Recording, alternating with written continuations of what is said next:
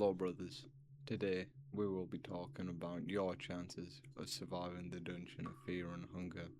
A place so violent and miserable that even highly experienced fighters and mages struggle to find their way through its dark maze like depths. The outside is covered in a thick mist that's hard to navigate through, with large, vicious dogs patrolling the area.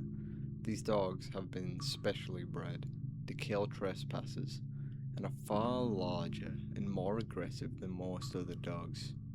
You'd be lucky to even make it inside. As we all know, the dungeons of Fear and Hunger are brutal, cold, and unforgiving. You don't survive in there just by being some guy. You need skills, smarts, and most importantly, toughness, both mentally and physically. Otherwise, you'll just end up another victim of the dungeons. It's a place where only the strong survive. The dungeon of Fear and Hunger is built upon the body of an old god by the name of the God of the Depths. This causes the insides of the dungeon to constantly shift and change, leading it to be a maze-like structure, and the god constantly emits a thick, dark fog that spreads through the dungeon, causing increased sanity drain and faster starvation. The environment alone wants to kill you. This, mixed with the fact that the dungeon will also mutate the people it breaks. For example, the guards have become more violent and primal, with a huge frame that can barely be described as human, and more as a monster or an animal, especially since they only follow the instincts of violence and brutality. The magic is stronger inside the dungeon because of the old god's presence. This can both be an advantage and disadvantage, as you could learn spells and build rapport with gods quicker, and gain many boons to help you through the dungeon, maybe even thrive if you're smart enough, but this also applies to everything inside. Sure, a lot of the creatures are mindless, and would easily be picked off by strong spells, but running into a yellow mage that's got tons of experience using magic and fighting with it, you'd certainly be at a disadvantage. Luckily, yellow mages only tend to fight when they have to, but that doesn't mean we should dismiss them, as they can be an immense threat by blowing off your limbs at a distance, maybe even before you see them. Magic will also help against the ghosts inside the cave system of the dungeon, as they can't be hit by physical items, unless that item is magical or cursed. These are dangerous, with their attacks having a permanent effect. They will literally suck the life out of you, aging you, and after 3 of these, you will die. But they do die quickly. To add on with the magic, there are also soul stones. These will be able to capture dead creatures' souls. Inside monsters that have been heavily mutated, they will have special stones that will give you buffs like increasing your strength or infinity with magic.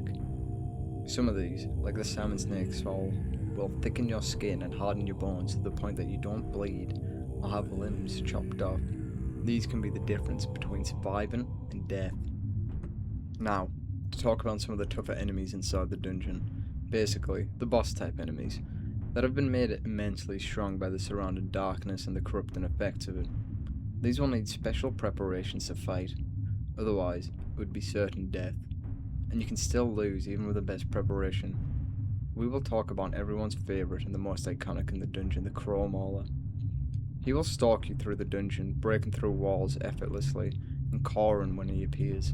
His very presence is terrifying. He can command crows to peck your eyes out, and use his enormous beak to pick your head off. All of this while using his strength with his huge mauler to shatter your bones and maim you. To fight this threat, you'll need some of the best armor to try and tank his blows, or to be quick and evasive to avoid getting hit.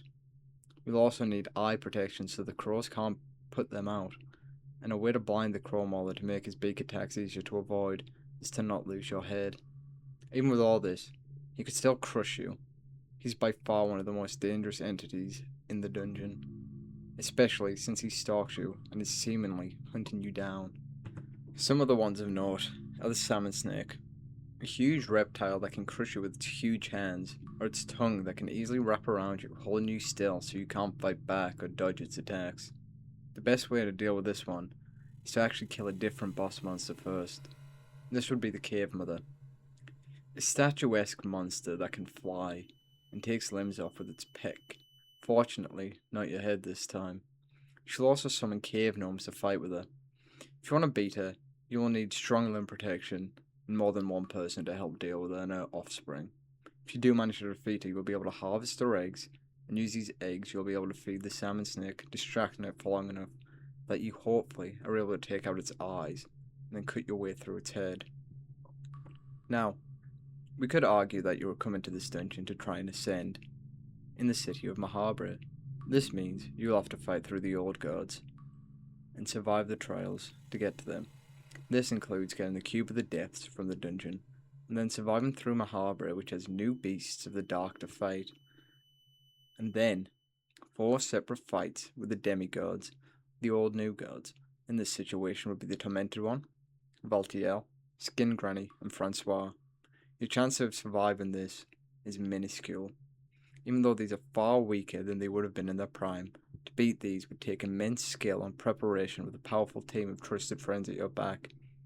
If we argue you already know about who the new gods were, and you prepared properly for their fight, you could maybe stand a chance. But then, even after all of this, you sit on the throne of Ascension, to be transported to an even more dangerous world. One that upon entering you are split from your party. It's filled with terrifying creatures such as the Greater Blight, a massive skinless creature that resembles a bloody T-Rex, that could crush you by simply stepping on you. Never mind if it uses its powerful maw, your best chance would be to hide from it for a chance of survival. Among this are the Blights.